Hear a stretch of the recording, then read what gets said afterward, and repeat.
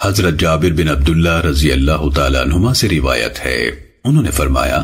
اللہ کے رسول صلی اللہ علیہ وسلم جب خطبہ ارشاد فرماتے تو آپ کی آنکھیں سرخ ہو جاتی، آواز بلند ہو جاتی اور غصہ تیز ہو جاتا، یوں محسوس ہوتا گویا آپ دشمن کے لشکر سے خوف دلاتے ہوئے کہہ رہے ہیں وہ صبح یا شام کو حملہ آور ہونے والا ہے، اور آپ اپنی شہادت کی انگلی اور درمیانی انگلی کو ملا کر فرماتے مجھے اور قیامت کو اس طرح بھیجا گیا ہے جس طرح دو انگلیاں یعنی ایک دوسرے سے بہت قریب ہیں۔ علاوہ ازیں فرماتے اما بعد بہترین چیز اللہ کی کتاب ہے اور بہترین طریقہ محمد صلی اللہ علیہ وسلم کا طریقہ ہے، اور بدترین کام نئے ایجاد کردہ کام یعنی بدعتیں ہیں، اور ہر بدعت گمراہی ہے۔ اور فرماتے تھے جو شخص مرتے وقت مال چھوڑ جائے وہ اس کے گھر والوں کا ہے، اور جو اپنے ذمے قرض چھوڑ جائے یا بیوی بچوں کو لاوارث چھوڑ جائے تو اس کی ادائیگی اور ان کی کفالت میرے ذمے ہے۔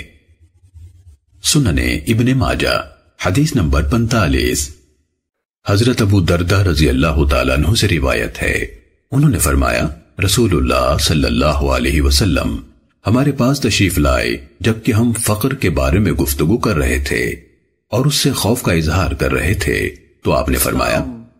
کیا تم فقر سے ڈرتے ہو؟ قسم اس ذات کی جس کے ہاتھ میں میری جان ہے، تم پر دنیا اتنی زیادہ برسا دی جائے گی حتیٰ کہ کسی کے دل کو اس کے سوا کوئی چیز مائل نہیں کرے گی، یعنی ہر شخص اس کی طرف متوجہ ہو جائے گا۔ اللہ کی قسم میں تمہیں روشن چاند کی راتوں جیسی شریعت پر چھوڑ رہا ہوں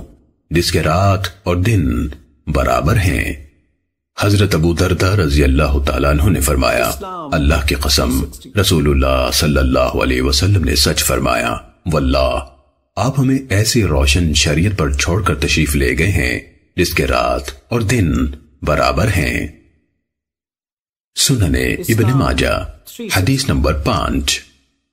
حضرت عبداللہ بن عمر رضی اللہ تعالیٰ عنہما سے روایت ہے، رسول اللہ صلی اللہ علیہ وسلم نے فرمایا عصمت سرما آنکھوں میں لگانا اپنے اوپر لازم کر لو، کیونکہ وہ نظر کو تیز کرتا اور پلکوں کے بال اگاتا ہے۔ سننے ابن ماجہ حدیث نمبر 3495۔